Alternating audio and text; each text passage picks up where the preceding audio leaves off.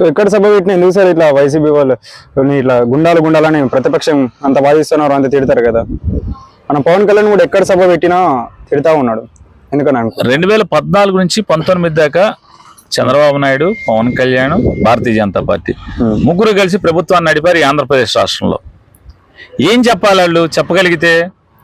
2014 నుంచి 19 దాకా ఎంత గొప్పగా మేము పనులు చేసాం ఈ రాష్ట్రంలో. ఇదిగో ఎచ్చాల చీటీ లాగా తీసి ఇదిగో ఈ పని చేసాం, ఈ పని చేసాం, ఈ పని చేసాం, ఈ రాష్ట్రంలో ఇన్ని నిర్మాణం, ఈ జిల్లాలో ఈ చేసాం, ఈ జిల్లాలో ఈ చేసాం, ఈ చేసాం అని చెప్పాలి. మళ్ళీ మేము 2014 నుంచి 19 దాకా ఎంత గొప్ప అద్భుతమైన పరిపాలన మీకు అందించామో అదే పరిపాలన మళ్ళీ తీసుకొస్తామని చెప్పాలి. కానీ అది చెప్పలేకపోతున్నారు. అసత్యాలు, అబద్ధాలు, తిట్లు, శాపనార్థాలు. ఏం చెప్తున్నారు? జగన్మోహన్ రెడ్డి ఏర్పాటు చేసినట్టు సచివాలయ వ్యవస్థను కొనసాగిస్తామని చెప్తున్నారు. జగన్మోహన్ రెడ్డి గారు తీసుకొచ్చినటువంటి వాలంటరీ వ్యవస్థను కొనసాగిస్తామని చెప్తున్నారు. జగన్మోహన్ రెడ్డి గారు తీసుకొచ్చినటువంటి అమ్మఒడిని పేరు మార్చి కొనసాగిస్తామని చెప్తున్నారు. జగన్మోహన్ రెడ్డి గారు తీసుకొచ్చినటువంటి చేయూత పథకాన్ని పేరు మార్చి కొనసాగిస్తామని చెప్తున్నారు. జగన్మోహన్ రెడ్డి గారి పథకాలని కొనసాగించే లెక్క అయితే అదే నిజంగా అద్భుతమైన పాలన అయినప్పుడు అసలు మీతో పనే ఉంది. జగన్మోహన్ రెడ్డి గారు చాలు కదా. జగన్మోహన్ రెడ్డి గారు గొప్పగా అన్ని పరిపాలించాడని చెప్పని మీ నోటితో మీరే చెప్తున్నప్పుడు ఇక మీతో పనే ఉంది. మీకు చెప్పుకునేటువంటి అదృష్టం, భాగ్యం లేదు.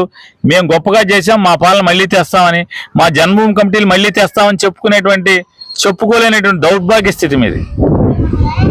ఏం చేస్తారు? మసిపూసి మారి వేసి బురద జిమ్మటం, బూతులు తిడతాం, రౌడీ పాలన అంటాం, లేకపోతే సైకో అంటాం. ఎవడు సైకో? మీరు సైకో. గెలుపు కనుసూపు మేరలో కనపడక సైకోలాగా మీరిద్దరూ ప్రవర్తిస్తున్నారు.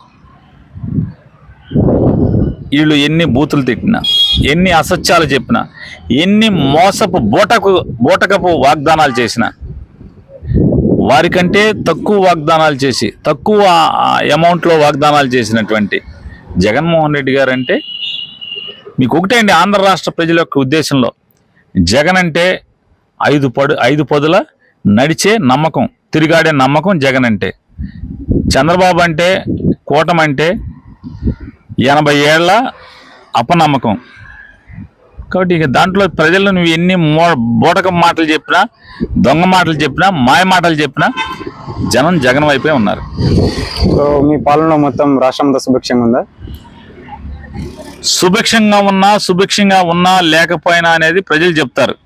ప్రజలైతే గొప్ప పరిపాలన అయితే మేము అనుభవించామనే ఫీలింగ్లు అయితే ఉన్నారు. Please subscribe .news.